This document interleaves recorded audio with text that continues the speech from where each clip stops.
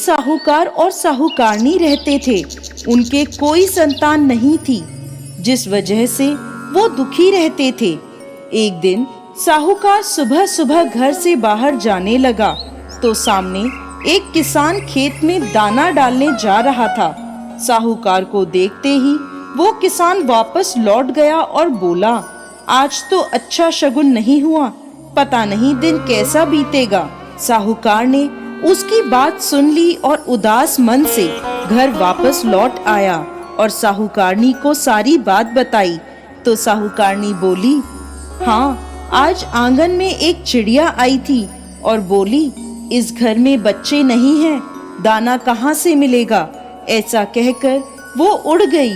ये सुनकर साहूकार को बहुत क्रोध आया और वो बहुत दुखी हुआ। उसी दिन से वो दोनों सूर्य भगवान की आराधना करने लगे। ऐसे ही 12 वर्ष बीत गए। एक दिन सूर्य देव साहूकार और साहूकारनी के सामने प्रकट हुए और कहा, मैं तुम्हारी भक्ति से प्रसन्न हूँ और मेरे आशीर्वाद से तुम्हें सर्वगुण संपन्न कन्या प्राप्त होगी। ऐसा कहकर सूर्य देव अंतर्ध्यान हो गए। सूर्य देव के आशीर्वाद से साहूकारनी ने एक सुंदर कन्या को जन्म दिया। सूर्य देव के आशीर्वाद से उत्पन्न वो कन्या जब सुबह सोकर उठती तो उसके मुंह से हीरे मोती झड़ते। जब साहूकारनी ने यह देखा तो उसकी प्रसन्नता का ठिकाना ना रहा, लेकिन उसने ये बात किसी को नहीं बताई, यहाँ तक कि साहूकार को भी नहीं बताई। समय के साथ कन्या बड़ी हो गई। सर्वगुण संपन्न वो कन्या भी अपने माता पिता की तरह सूर्य देव की पूजा करती थी। साहूकार अपनी कन्या के लिए वर ढूंढने लगा। तब साहूकारनी बोली, मेरा ये नियम है कि मैं अपनी बेटी का मुंह देखकर ही दिन की शुरुआत करती हूँ, इसलिए हम इसका विवाह एक ऐसे युवक से करेंगे जो घर जमाई बनकर हमारे साथ रहे। साहूकार ने एक गरीब घर का लड़का ढूंढा और अपनी बेटी का विवाह उसके साथ कर दिया। साहूकारनी ने अपने नियम की बात उसे बता दी और बोली, वो हर रोज अपनी बेटी को उठाने आएगी।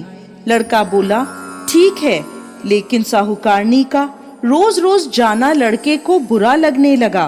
पर लड़की कहती थी, ये मेरी माँ का मेरे प्रति प्रेम है। एक दिन साहूकारनी लड़की को उठाने जल्दी नहीं जा सकी। उस दिन उस लड़के ने अपनी पत्नी के मुंह के पास हीरे मोती देखे तो वह सारी बात समझ गया। उधर जब साहूकारनी पहुंची तो उसने देखा उसकी बेटी उठी हुई है। वो समझ गई कि उसके जवाई को सत्य पता चल गया है।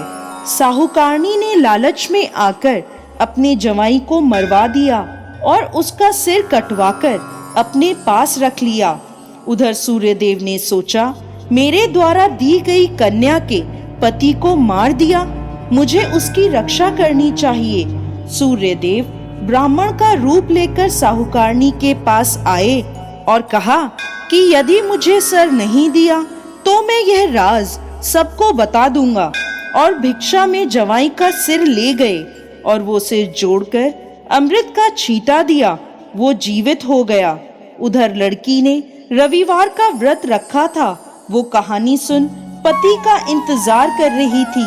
पति देर से पहुंचा तो वो बोली, क्या आपको पता नहीं है आज मेरा व्रत है और सूर्य देव के अस्त होने के बाद मैं भोजन नहीं कर सकती। तब उसके पति ने उसे सारी बात बताई। वो बोली, अब हम यहाँ नहीं रहेंगे, अपने घर जाएंगे।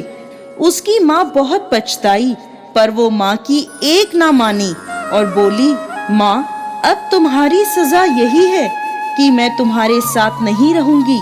ये कहकर वो अपने पति के साथ ससुराल चली गई और देखते ही देखते उसके घर में सुख समृद्धि का वास हो गया। हे सूर्यदेव, जैसी कृपा लड़की पर करी वैसे ही सुख समृद्धि इस कहानी को कहते, सुनते और हुंकार भरते सब पर करना।